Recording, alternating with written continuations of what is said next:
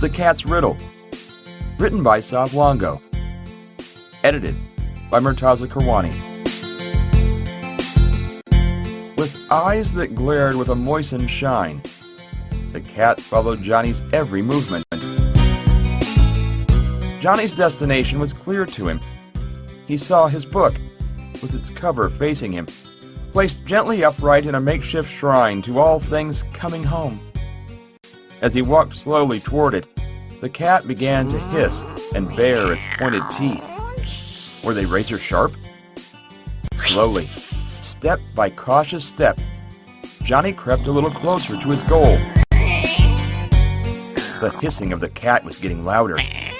It began to rear up on its haunches, poised to pounce, to claw, to bite. Johnny couldn't be sure which. How did he get himself into this situation? He just came to Eddie's to retrieve the coming home book his father had given him.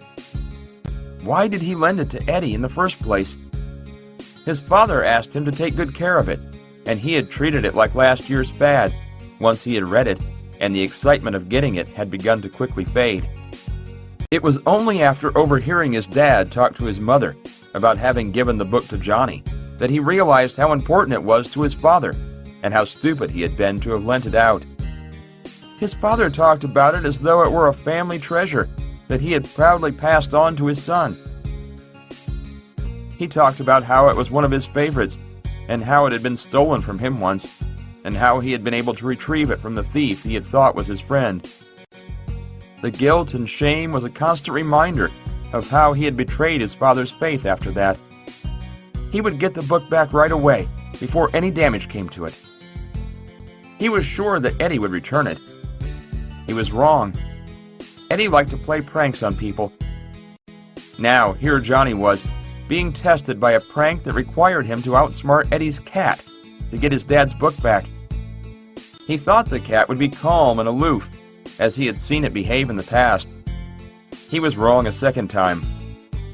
Suddenly, the cat leaped toward Johnny, and its clawed paw took a swipe at his leg. His jeans were the only thing that saved him from a brutal slashing. The ribboning of his pant leg startled and frightened him because of how easily it could have been the flesh of his leg, but he wouldn't give up. He was at a loss as to what his next move should be. The direct approach wasn't working. It was time for a little misdirection. Johnny faked right and then sprinted left, but Kitty was on to his trickery and thwarted the successful completion of his action. Johnny was at the end of his options. It didn't matter how frightened he was that he might leave here with some permanent scars. He would have to fight this crazy cat if he was to claim the prize.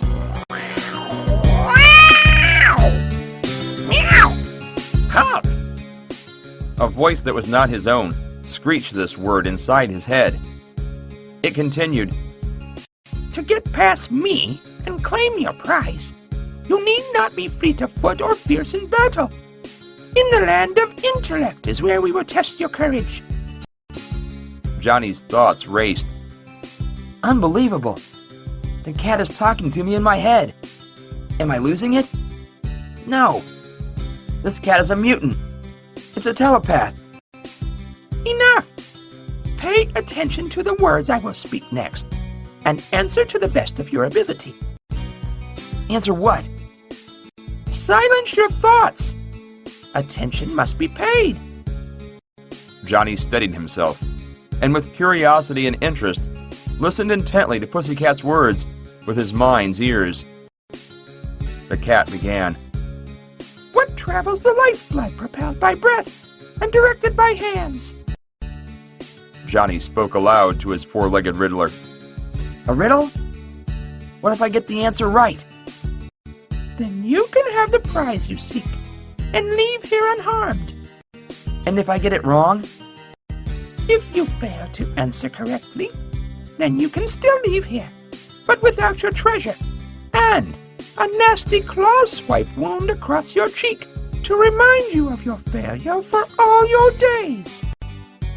The danger of the situation was clear to Johnny, but he was already prepared to fight.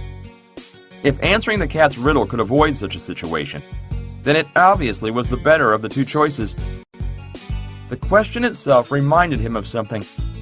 Suddenly, he had a vision of Grandpa, telling him about sailing off the coast of Florida during a storm during his youth, while banging his cane on the ground during a particularly exciting part of the story. Wait a second. Propelled by breath. Wind is like breath, and water is the lifeblood of the earth and all living things, isn't it? Directed by hands? Human hands? Could the answer to this riddle be a sailboat? It made sense to him, and he couldn't think of another better answer.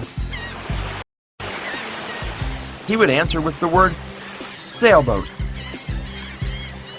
A sailboat. A sailboat is the answer. It travels on water, the lifeblood of the earth, is propelled by the breath of the wind, and is steered by human hands. Well done, child. I really must come up with a more difficult question. No, believe me, it was difficult enough. Very well. You may take back what is yours and leave. Johnny quickly grabbed his book and sprinted out the door before the crazy cat could change its mind.